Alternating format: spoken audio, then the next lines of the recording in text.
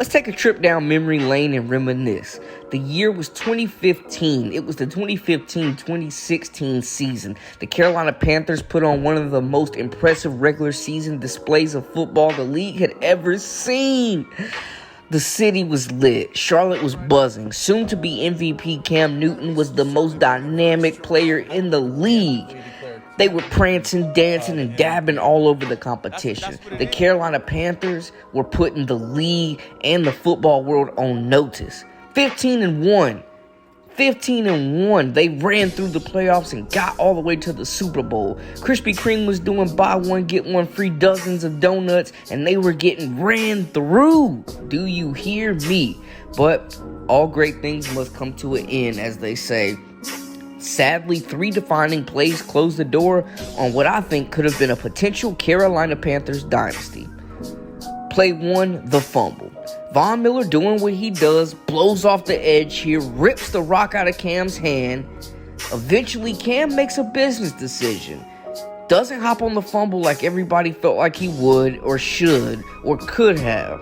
The Broncos recover, score, and put the dagger in the cardiac cats. But do we really blame Cam for not risking his entire future on the fumble right there?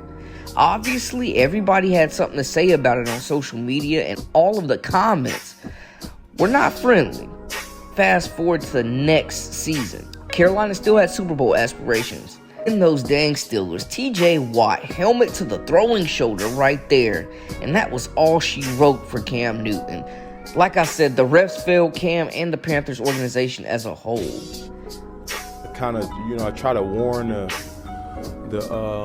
refs every time I do get hit in the head. But if the flag is not called, then it's okay. Then on the other side of the ball, of course, Kuechly tackle everything, maybe even you.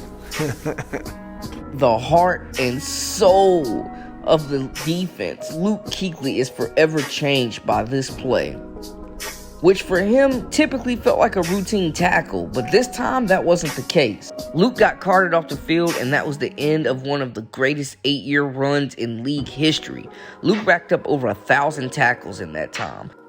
I've been fortunate enough to have the opportunity to play this game since I was in 4th grade, and I've been with the Panthers now for 8 years, and it's never the right time to step away, but now is the right time for me, and it's a tough decision. I've thought about it a lot. There's only one way to play this game since I was a little kid is to play fast and play physical and play strong, and at this point I don't know if I'm able to do that anymore, and that's the part that is the most difficult.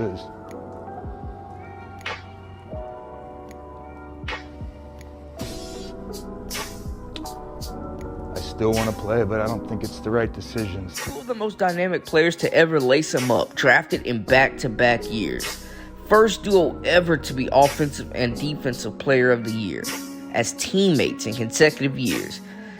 It was a fun run, and both are in that next chapter after football. Cam more notably impacting the youth with his 7-on-7 football programs.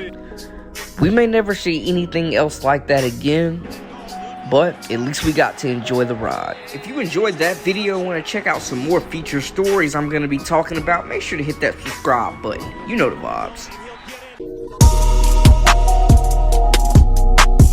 You are now locked into the Live with Brandon Blakeney podcast. Here is your host, Brandon Blakeney.